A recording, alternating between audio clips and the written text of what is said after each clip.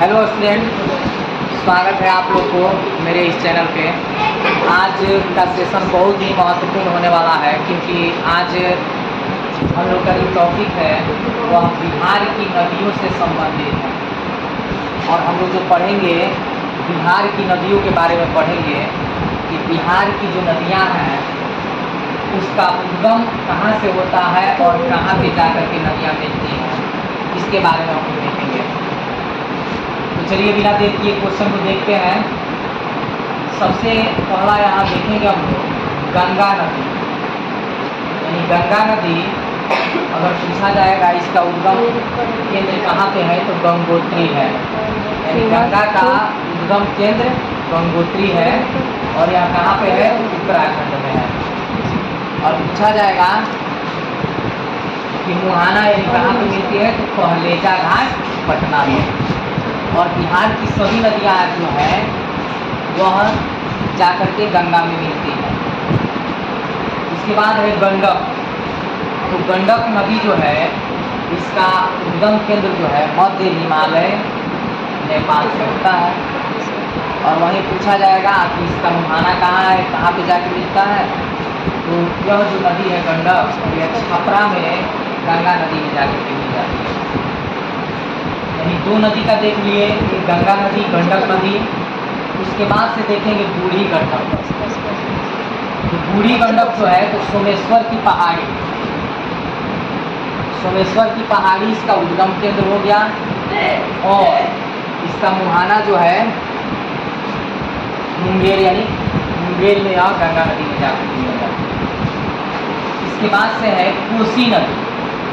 तो कोसी नदी का जो उद्गम केंद्र है सप्तकोशिकी है नेपाल में और यह जाकर के पूर्णिया में गंगा में मिल जाती है। महानंदा है, तो महानंदा इसका उद्गम जो केंद्र है महाभारत की श्रेणी है और यह कटिहार में गंगा में जाकर के मिल जाती है। इसके बाद से देखेंगे सोन नदी के बारे में। सोन नदी जो है अमरकंटक यानी एमपी से इसका उद्गम है और मिलती कहाँ पे है दानापुर पटना में जाकर। इसके बाद से देखेंगे कर्मनाशा। कर्मनाशा को अपवित्र नदी भी कहा जाता है क्योंकि यह जो नदी है यह कर्मों का नाश करने वाली नदी के नाम से जाना जाता है, इसीलिए इसे कर्मनाशा नाम दिया गया। यह अपवित्र नदी भी कहते हैं। और इसका विंध्याचल की पहाड़ी जो है उद्गम केंद्र है और चौसा में गंगा में जाकर के मिल जाती है। इसके बाद से आते हैं पुनपुन नदी। पुनपुन नदी जो है इसका उद्गम जो है पठारी भाग यानी मध्य प्रदेश में है और फतुहा में गंगा में जाकर के मिल जाती है। इसके बाद से देखते हैं कि फल्गु नदी। तो फल्गु नदी जो है छोटा नागपुर पठार केंद्र हो गया और गंगा का ढाल क्षेत्र, गंगा का ढाल क्षेत्र इसका हो गया, यह इसका मुहाना हो गया। अब सबसे पहले देखेंगे यहाँ पे, ये तो देख लिए हम नदी, हम इसका ट्रिक देखेंगे। इसका ट्रिक कैसे याद करेंगे, यहाँ तीन तीन गो का आप लोग जोड़ा बना लीजिए। तीन गो का जैसे ही जोड़ा बनाते हैं गंगा गंडक बूढ़ी गंडक, तो कैसे याद करेंगे, गंगा हो गया तो गंगोत्री पहलेजा घाट पटना, गंडक मध्य हिमालय नेपाल छपरा, बूढ़ी गंडक सोमेश्वर की पहाड़ी तीनों का देखेंगे। और इसके बाद आता है कर्मनाशा।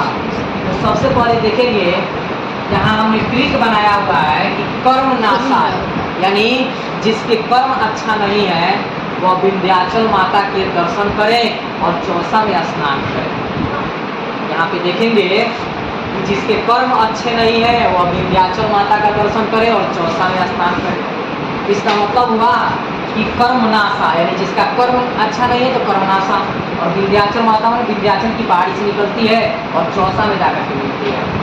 इसी तरह से पुनपुन, तो पठारी भाग फतुहा, इसके लिए हमने ट्रिक बनाया है पू प फतु। इसको याद रखेंगे पू प फतु, यानी पू से हो गया पुनपुन नदी और प से हो गया पठारी भाग और फतुहा यानी फतुहा पटना यानी गंगा में जाकर के मिल जाती है। इसके बाद से फल्गु।